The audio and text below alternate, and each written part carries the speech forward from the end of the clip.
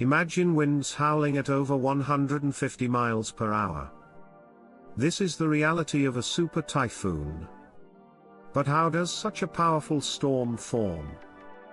To understand this, let's break it down. A super typhoon originates over warm ocean waters. This warmth is crucial.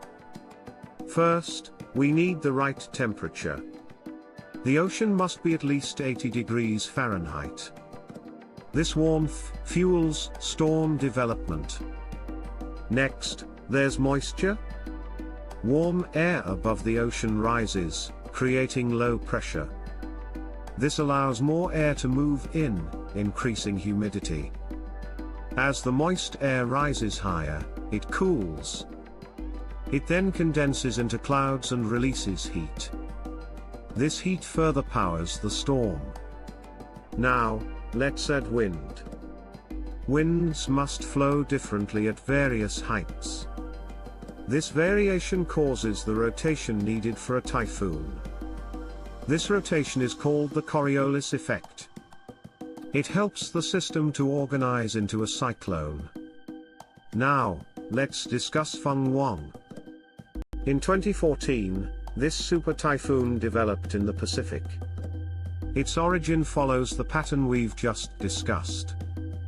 Feng Wang quickly intensified due to warm ocean waters. The moist air from the ocean provided extra power. As it strengthened, it moved towards land. This resulted in heavy rains and strong winds in the Philippines. Now, the cycle continues. Super typhoons need to be viewed globally. Their impact reaches beyond just the areas they hit. They affect weather patterns, create floods, and influence climate.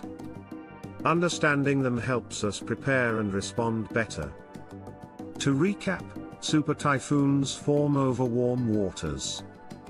They need moisture, wind changes, and the Coriolis effect. Feng Wang is a prime example of this process. By understanding super typhoons, we can better protect ourselves. Stay updated with weather alerts. Prepare your home and family for severe weather. Knowledge is power. The more we learn, the safer we become.